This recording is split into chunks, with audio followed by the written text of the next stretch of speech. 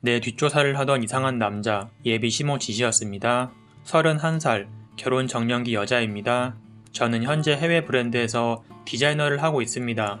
연봉은 다른 제 또래보다 높은 편이고요. 운 좋게 일찍부터 승진해서 잘 지내오고 있습니다. 가족관계는 아빠, 언니, 남동생입니다. 제가 4살 때 엄마가 바람나서 집을 나갔습니다. 어릴 때부터 할머니께서 키워주셨고요. 그렇다고 못 사는 건 아닙니다. 아버지가 사업을 하셨는데 20년 전부터 사정이 좋아져서 누릴 것 다 누리고 살았습니다. 지금도 그러고 있고요.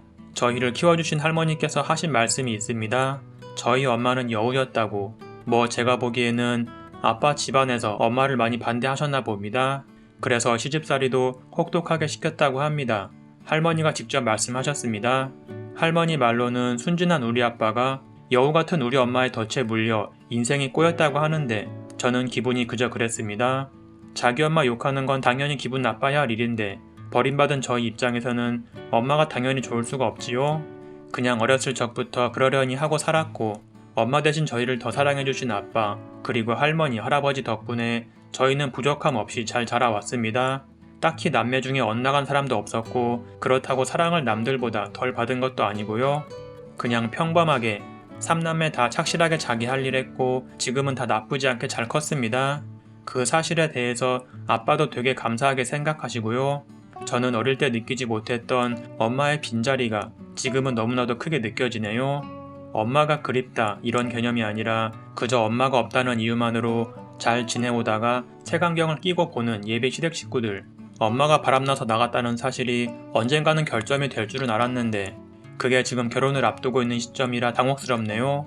남편은 5년 전쯤 만났습니다. 5년 전 친한 친구와 둘이서 호주 여행을 간 적이 있는데 패키지로 갔는데 거기 같이 간 일행들 중에 남자 2명이서 온 사람들이 있었습니다. 나이도 얼추 비슷하고 또래여서 여행 10일 동안 많이 친해졌고 남자친구가 저한테 먼저 호감을 가졌습니다. 저는 그냥 아는 오빠로 지내고 싶었는데 한국에 와서도 끊임없이 구애를 했고 결국 3개월 후 사귀게 되었습니다. 여행지에서 만난 사람이라고 치기에는 정말 좋은 사람 만났다고 생각이 들 정도로 오빠는 좋은 사람입니다.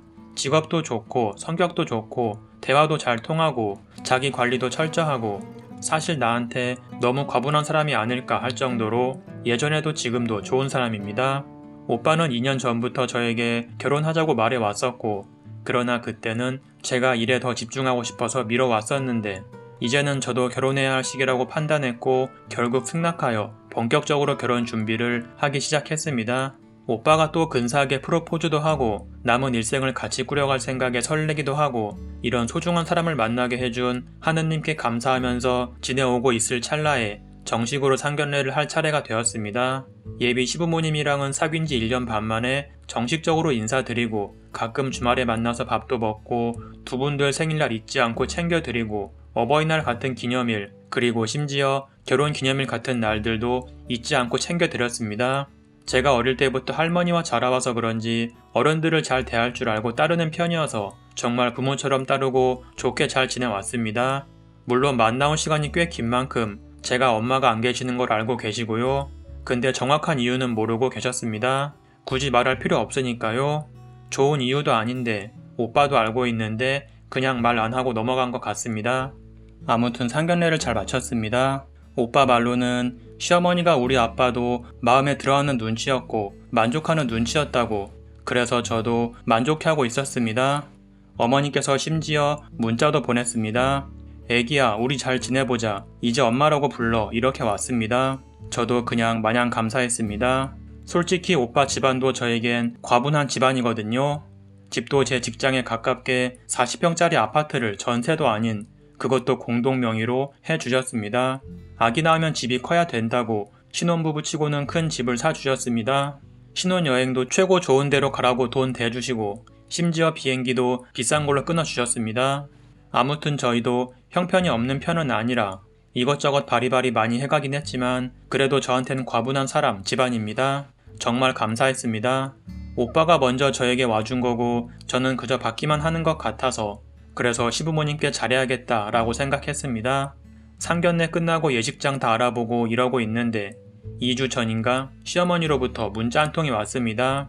애기야 시간 되면 저녁에 나랑 같이 저녁 먹지 않을래?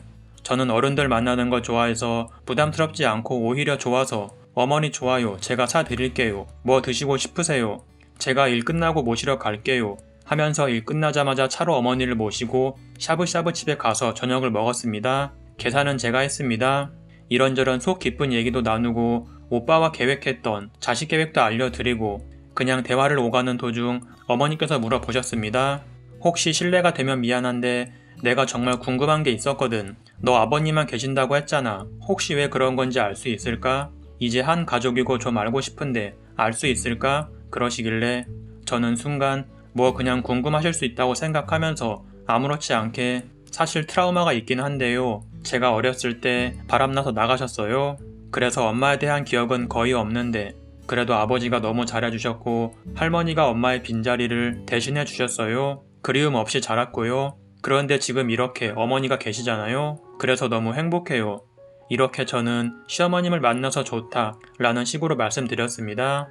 그런데 어머니 표정이 살짝 움찔하더군요. 몇 년간 보면서 그런 표정 처음 봤습니다. 항상 절 보고 웃으시고 다정다감하셨는데 좀 더 자세하게 말하자면 정색하셨다 해야 하나? 아무튼 그러고 어머니를 집까지 차로 모셔다 드리고 저는 집에 왔습니다. 별 아무런 생각 없이 어머니가 그냥 좀 놀라셨나 보다 이렇게 생각만 했지 이게 화근이 될 줄은 몰랐습니다. 한 열흘 전부터 누군가가 제 근처를 서성인다는 느낌을 받았습니다. 무슨 영화 드라마처럼 검은 정장을 입은 그런 사람들은 아닌데 그냥 어떤 40대 정도로 보이는 남자를 하루에도 몇 번이고 마주치게 되었습니다. 처음 며칠은 그냥 그러려니 하고 넘어갔습니다. 하루는 직장 근처 카페에서도 보고 저녁에 친구들과 만난 식당에서도 보고 뭔가 이상하다 싶어서 그때 같이 있던 친구들한테 저 남자가 며칠 동안 스토킹하는 것 같아. 그래서 친구들과 같이 그 남자에게 가서 물어봤는데 그 남자는 아무것도 아니라는 듯이 그냥 관심 있어서 며칠 지켜본 거예요. 피해 드렸다면 죄송합니다. 이러고 나가버렸습니다. 기분이 썩 좋지 않아서 남자친구한테 곧장 얘기를 했고 오빠 반응은 너가 너무 이뻐서 그런가 보다. 내가 내일 데리러 갈게. 이러면서 그 후 며칠 동안은 일 끝나면 데리러 왔습니다. 그런데 그저께 남자친구를 저녁에 만났는데 표정이 안 좋더라고요. 그러면서 갑자기 밥 먹다 말고 진지하게 나 너한테 너무 미안한 일이 생겼어. 그래서 뭐냐고 물었더니 밥 먹고 자기 집에 가서 엄마랑 셋이 얘기 좀 하자는 겁니다. 그래서 알겠다고는 했는데 차 타고 가는 길에 마음속이 복잡했습니다. 내가 뭘 잘못했나 생각이 들기도 하고 아무 잘못한 것도 없는데 괜히 찔리는 것만 같고 그렇게 집에 가서 어머니를 뵀습니다. 어머니는 좀 당황하신 눈치더라고요. 오빠가 절 끌고 가더니 어머니 앞에 세우고 어제 엄마가 했던 얘기 그대로 얘한테 말해봐. 엄마가 말도 안 되는 미신 같은 소문 믿는 거 언제까지 그럴래? 라고 하면서 소리를 지르는 겁니다. 저는 순간 저 사람이 자기 엄마한테 왜 저러나 뭐 잘못 먹었나 싶었고 어머니가 저를 안 치시더니 조근조근 얘기하셨습니다. 사실 새아가야 너에게 하고 싶은 말이 있단다. 난 너 같은 아이가 우리 며느리가 될 사실에 너무 기뻤다. 싹싹하고 어른 공경할 줄 알고 직업도 번듯하고 미래 계획도 뚜렷하고 아들이 정말 좋은 배필을 물어온 것 같았다. 아버님만 계신다는 거 알고는 있었는데 그건 문제가 안 되었지. 그런데 내가 전에 너를 만나고 좀 걸렸던 건 사실이었어. 그거 빼고는 정말 완벽한 며느리인데 그런데 어머니가 바람 피우고 나가셨다고. 솔직히 옛말에 이런 말이 있거든. 난 우리 아들 너무 소중하게 키웠고 행복하게 가정 꾸리는 모습 보고 싶었는데 네가 왠지 떠날지도 모를 것 같다는 불안감에 난 그거 싫거든. 널 그렇게 봐서 미안한데 나도 어쩔 수 없었다. 그래서 사람을 써서 뒷조사를 좀 했다. 그리고 사실 네가 좀 여우 같은 상이긴 하잖아. 사람은 자기가 닮은 동물을 닮아간다더라. 라고 하시며 저를 뒷조사했던 사진들을 보여주시더라고요. 점심시간에 밥 먹었던 사진, 카페 갔던 사진, 저녁에 친구들 만난 사진, 심지어 집 앞에서 산책 가던 사진까지 보여주셨습니다. 어쩐지 이상한 남자가 따라다닌다 했더니 그 남자가 찍은 것들이 맞았습니다. 진짜 어이가 없어서 웃음이 나왔습니다. 제가 사실 코 성형을 했거든요. 엄청 티나게 한 건 아니고 남들이 봤을 때 그냥 제 코 했네 이 정도입니다. 일반인들보다 살짝 높은 정도입니다.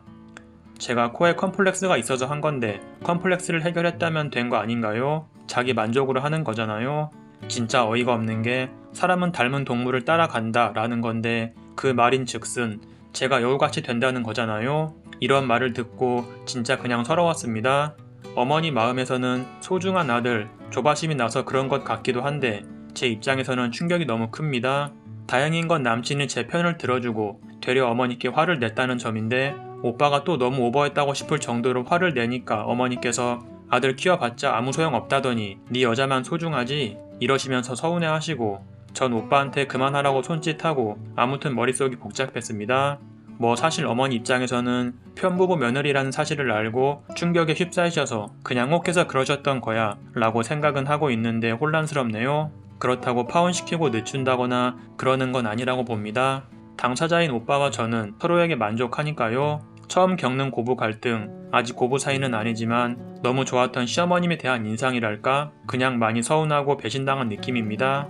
누구에게 털어놓을 수 있는 것도 아니고 이렇게 글을 썼지만 제가 그냥 너무 오버하는 걸까요? 고민됩니다. 어떻게 대응할지 생각해 봐야겠습니다.